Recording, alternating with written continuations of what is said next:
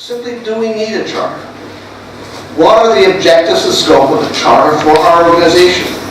Are we clear about what our stakeholders are and how to get them engaged in the charter initiatives? How should we involve the staff and take into account their views on what a charter should provide?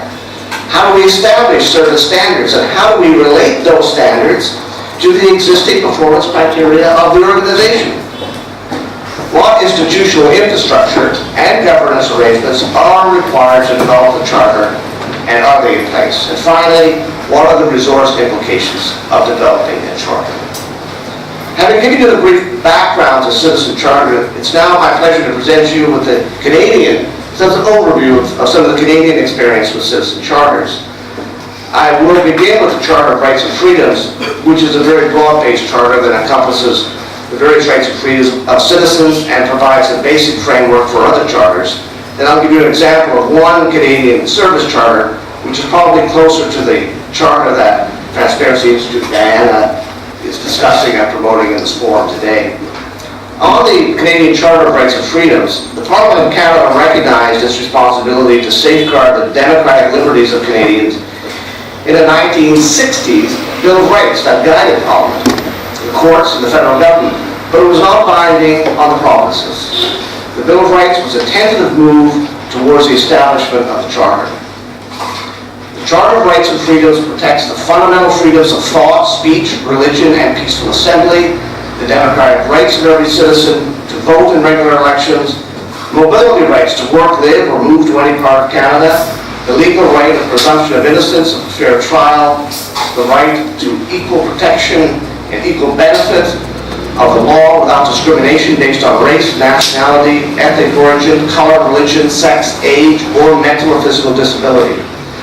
The official languages of English and French in the government and legislatures of Canada and New Brunswick. French and English language group rights to education in their mother tongue where there are sufficient numbers to justify it. With our nation's values clearly laid out in the Charter, Canadians can count on having fundamental rights respected in Canada, such as our freedom to speak out, associate with others, follow religious beliefs, live where we choose, and fully participate in our democracy. People can ask the courts for equal protection and benefit of the law. People cannot lose basic rights just because they're in a minority. Even if crimes are being investigated, the state must treat everyone fairly and with respect.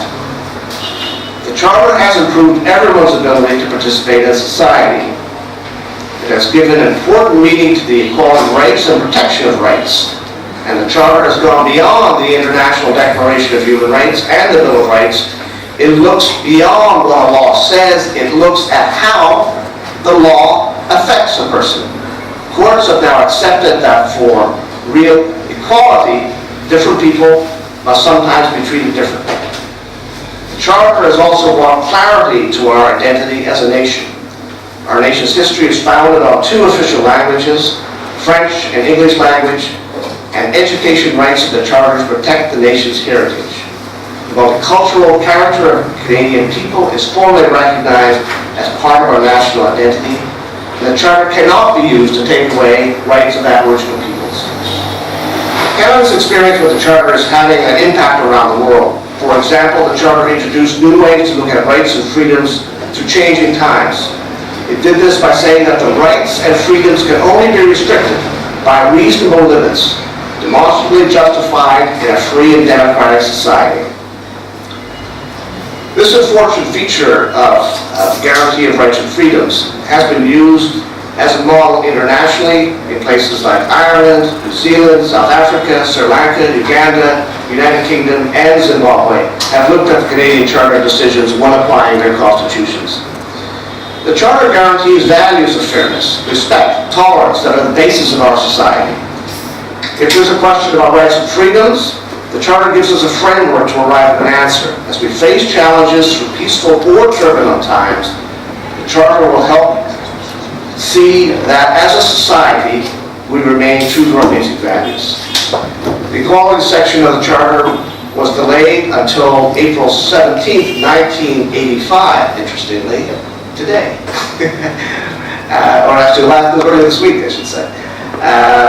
And this gave governments time to update laws and to meet the quality requirements. Having a Charter of Rights and Freedoms in our Constitution has brought Canada in line with the democracies of the world, all of whom have built rights that can easily be enforced by the courts. It is easy to see the link between some of the rights and responsibilities that surround the Charter and the ideals outlined in service chapters. Now I'll move, if I may, Mr. Chairman, to perhaps give a very brief example of some Canadian examples of citizen service charters. Being the last speaker before the coffee is served is always a challenge, you understand.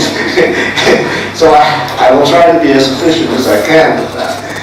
There are now several citizen charters in Canada, among others Service Canada, Transport Canada, Treasury Board of Canada, Telefilm, Postal Services Canada, the University of Western Ontario Archives, all have developed service charters that outline their commitment to Canadian citizens and the service standards they expect to deliver. Service Canada officially began operations in September 14, 2005 with the mandate to provide Canadians with a single point of access to a wide range of government services and benefits either in person, by phone, by internet, or by mail. Service Canada's origins date back more than 1998 when the Government of Canada began developing an integrated citizen-centered service strategy based on detailed surveys of citizen needs and expectations. In addition, it currently as well has over 600 in-person offices and 200 mobile outreach service units that operate in remote and isolated areas. Service Canada helps Canadians to access the full gamut of government programs and services that they need.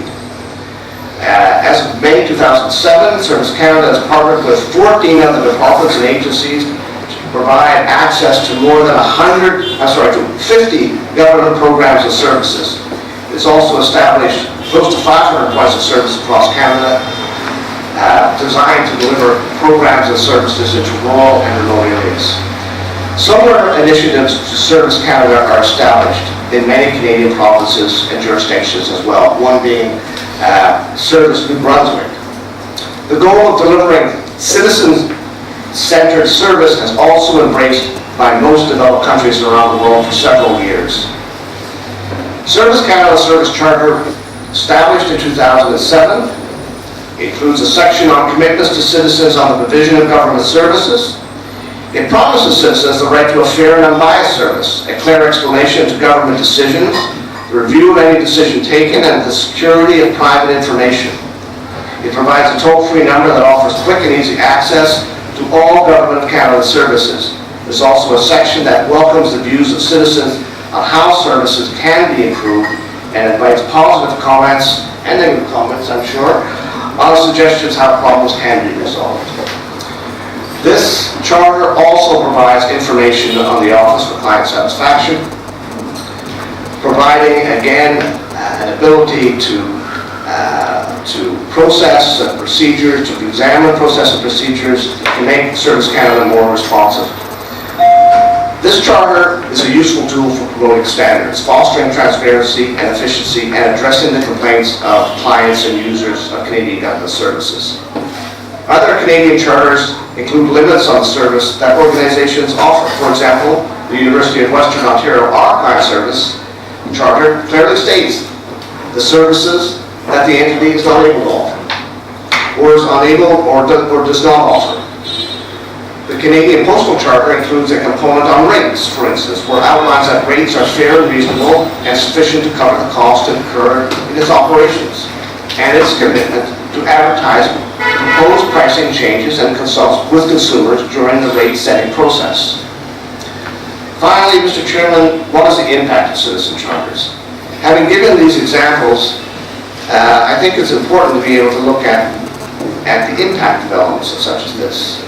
It has certainly, in my view, strengthened stakeholder involvement, which has contributed to a greater sense of inclusiveness of clients, customers, and consumers in the process of improving service delivery in the country. It has as well provided a baseline for organizations to assess and measure their service delivery, always with a view of striving for higher and higher standards. This has resulted in improved quality, service delivery, and standards. Those entities that have included functional complaints, redress mechanisms, have been able to help them put in place methods and structures that deal with complex issues that their clients and customers face. I think in conclusion, Mr. Chairman, if I may, that the process of this is a journey, of which it's not completed within a period of a week or a month. It is a trend of mine, that a commitment by people within an organization to step up and to be able to provide, I think, a chapeau of principles and basic values that no matter where you are, what situations you're dealing with, you go back to those basic points and principles and it guides you. And I think that's an important element within the charter itself. Again, thank you very, very much. Thank you, Chairman, and as well. I would think that for me, it's this type of forum is important for us to be able to support and to be able to provide options for examination of ways forward for institutions such as yourselves to be able to examine the areas of key issues of importance in the country today. So thank you very much for the opportunity.